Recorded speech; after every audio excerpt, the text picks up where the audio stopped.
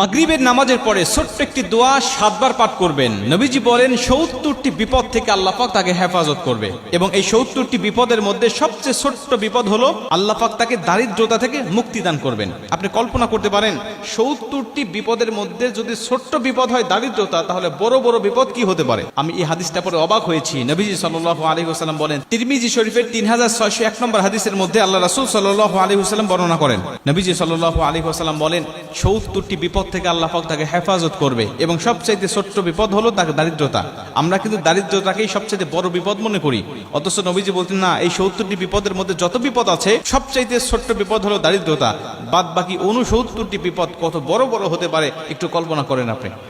তার মানে আপনি যদি দোয়াটি নিয়মিত পাঠ করেন, আপনার যত বড় অসুস্থতা থাকুক না কেন আল্লাহ পাক আপনাকে পরিপূর্ণ শেফা দান করবে। আপনি যদি এই দোয়াটা পাঠ করেন, আপনি যত বড় বিপদের মধ্যে থাকেন না কেন, আপনার দেওয়ালে পিঠ থেকে গেছে কোনো সমস্যা নেই, আল্লাহ পাক এই কঠিন বিপদ থেকেও আপনাকে হেফাজত করবে। আপনি যত বড় দুশ্চিন্তার ডিপ্রেশনের মধ্যে থাকেন না কেন, এই দোয়াটি যদি আপনি নিয়মিত পাঠ করেন, আল্লাহ কঠিন কঠিন দুশ্চিন্তার ডিপ্রেশন থেকেও আল্লাহ পাক আপনাকে সম্পূর্ণ হেফাজত করবে। হাদিসটি হযরত আবু হুরায়রা রাদিয়াল্লাহু তাআলা আনহু বর্ণনা করেছেন। তিনি বলেন, নবীজি সাল্লাল্লাহু আলাইহি ওয়াসাল্লাম বলেন, তোমরা লা হাওলা ওয়ালা কুওয়াতা ইল্লা বিল্লাহ এটুকু সবচেয়ে বেশি বেশি পাঠ করো। কেন? এটা হলো জান্নাতের রত্ন ভান্ডার। এই লা হাওলা ওয়ালা কুওয়াতা ইল্লা বিল্লাহ এটা হলো জান্নাতের রত্ন ভান্ডার। যদি কোনো ব্যক্তি এই দোয়াটি বেশি বেশি পাঠ করে, তাকে জান্নাতের রত্ন ভান্ডার দান করা হবে। কল্পনা করতে পারেন, জান্নাতের রত্ন ভান্ডারের মালিক যদি আপনি হয়ে যান, তাহলে দুনিয়াতে আপনার কিসের সমস্যা, কিসের দুঃখ, কিসের ব্যথা, কিসের বেদনা, আপনি তো দুনিয়ার জমিনে সবচেয়ে সুখময় শান্তিময় একজন মানুষ।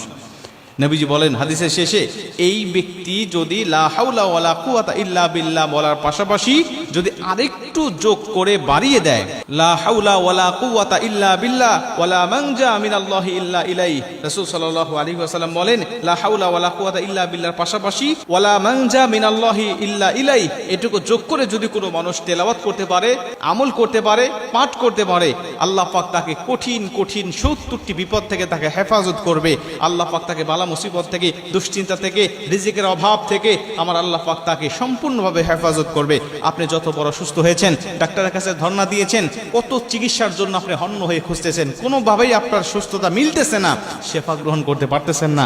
আমি বলি, আপনি ফজরের নামাজের পরে, মাগরিবের নামাজের পরে, অথবা 5 ওয়াক্ত নামাজের পরেই যখনই সুযোগ হবে, যখনই মনে হবে, তখনই আপনি এই দোয়াটা পাঠ করতে থাকেন। একাধিকবার পড়েন, 5 বার, 7 বার, 10 বার, 100 বার পর্যন্ত আপনি তেলাওয়াত করতে থাকেন। ইনশাআল্লাহ আল্লাহর উপরে তাওয়াক্কুল রেখে যদি আপনি এই আমলটা করতে পারেন, আমার আল্লাহ অবশ্যই আপনাকে শেফা দান করবে। আমার আল্লাহ অবশ্যই আপনাকে সমস্ত বালা মুসিবত থেকে হেফাজত করবে।